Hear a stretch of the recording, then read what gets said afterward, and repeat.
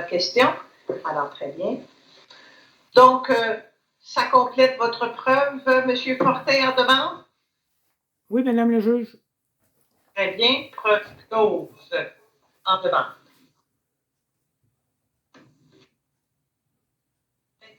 Bérard, il est 12h15. Nous allons nous arrêter à 12h30. Je vous offre la possibilité de commencer une quinzaine de minutes ou, si vous préférez, de reprendre à 2h moins quart et d'aller tout du long. C'est comme vous le souhaitez, même. Je commencerai simplement, si vous le permettez, puisque je n'ai pas pu le faire avant. J'ai laissé le protocole suivre son déroulement, mais j'ai des pièces à remettre à la cour. J'avais initialement une copie pour M. Fortin, mais je ne savais pas, parce que je n'ai pas été prévenu, qu'il ne serait pas présent en personne. Est-ce que ce sont de nouvelles pièces? Non. Ben, oui, il y a des pièces additionnelles que j'ai rajoutées.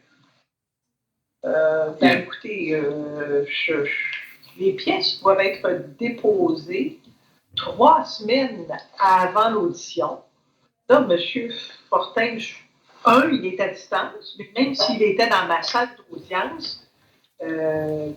Fortin, est-ce que vous vous objectez au dépôt de pièces nouvelles par l'avocat Bérard? Non, Madame la juge. Moi, je ne peux pas réinscrire d'autres pièces. Lui non plus, il ne peut pas inscrire d'autres pièces. Très bien. Alors, vous dites non, mais ce que vous voulez dire, c'est oui. Là. Vous ne voulez pas qu'il dépose d'autres pièces? Non, Madame la juge.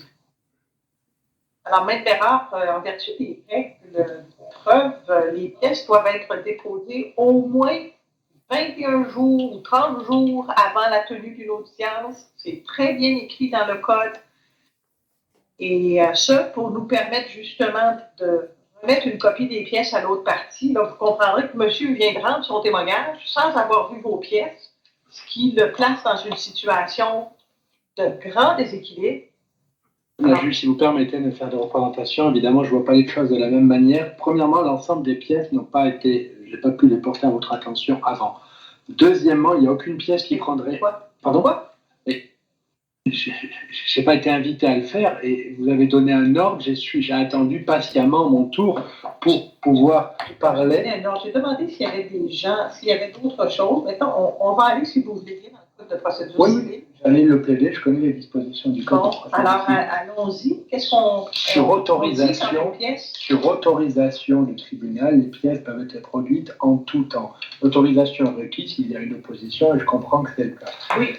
Et donc, je demande l'autorisation à la Cour minimalement de les prendre sous réserve. Et la raison est la suivante. Premièrement, il s'agit d'une affaire maintenant de plus de 4 ans. Donc, ça a été difficile de retrouver certains courriels.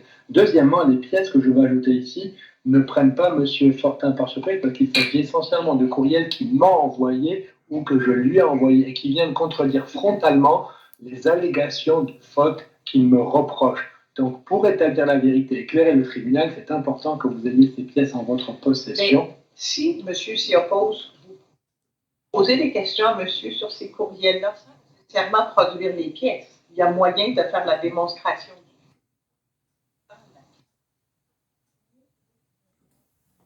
Faut-il qu'il ait ces